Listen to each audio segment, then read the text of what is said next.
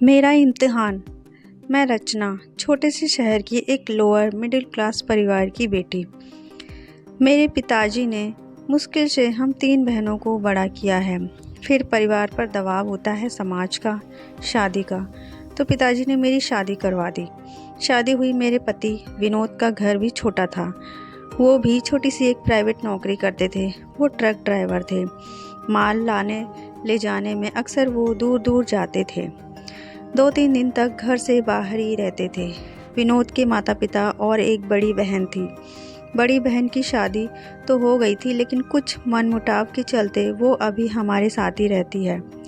सही बात तो मुझे नहीं बताई, लेकिन मैंने ज़्यादा पूछा भी नहीं। मैं अक्सर घर में रहकर घर का काम करती थी। इतना मुश्किल नहीं था, क्योंकि काम तो मैं मेरे घर में भी किया करती थी। पति भी अच्छा है। मुझे लगा कि अब इस घर से मेरा भाग्य जुड़ गया है, लेकिन मैंने जो सोचा वो नहीं हुआ। शादी के ठीक 6 महीने बाद ही मेरे पति का एक्सीडेंट हो गया। जैसे ही यह खबर आई, मैं बेसुध होकर ज़मीन पर गिर पड़ी, और जब मैं होश में आई तब तक सब हो चुका था। जो आप सोचते हो ऐसा कभी होता नहीं। परिवार में एक ही बेटा, और वो भी चल बसा, तो सोचो उस परिवार का क्या हो रहा होगा। मैं अभी भी उनके घर में थी, और जैसे होता है ताने शुरू हो गए कि मैं इस घर के लिए शुभ नहीं रही। मेरी क्या हालत है मैं बता भी नहीं सकती। आंसू रुकने का नाम नहीं लेते। कुछ समय बाद घर में खाने की समस्या होने लगी। उनके पिताजी की पेंशन से इतना नहीं हो पाता था, तो मुझे मेरे मायके वापस भेज दिया गया। मेरे माता पिता भी अब बहुत परेशान थे। एक बार मेरी शादी के बाद वो अब छोटी बहन की शादी के लिए रिश्ता ढूंढ रहे थे, लेकिन अब घर में वापस मेरी शादी की बात होने लगी। मेरी दूसरी शादी की। मेरे मन में सवाल कई आए कि क्यों अब मुझे शादी नहीं करनी है। क्या मैं अकेले नहीं रह सकती? आखिर क्यों मेरे माता पिता मेरी फिर से शादी कराने की बात कर रहे हैं? इतनी तो मैं काबिल हूँ कि अपना पेट भर सकती हूँ। यह बात मैंने मेरी माँ से की। वो बोली, बेटा हम और तेरे पापा कितने दिन के हैं, हमें तुझ पर तो पूरा भरोसा है, पर बेटा दुनिया का क्या करें। माँ की बात मैं पूरी समझी नहीं, लेकिन इतना तो पता है कि माँ बाप हमेशा अपने बच्चों का भला ही सोचते हैं।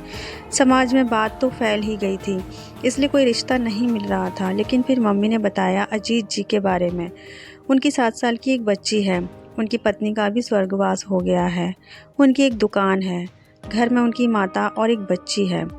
मम्मी मुझे बोली कि बेटा तू अगर माने तो हम तेरी शादी फिर से इनसे करवा दें। मुझे पता चल गया था कि मम्मी पापा नहीं मानेंगे, इसलिए मैंने हामी भर दी। फिर एक बार मैंने शादी कर ली। ज़िंदगी की यह अजीब बात मैंने देखी।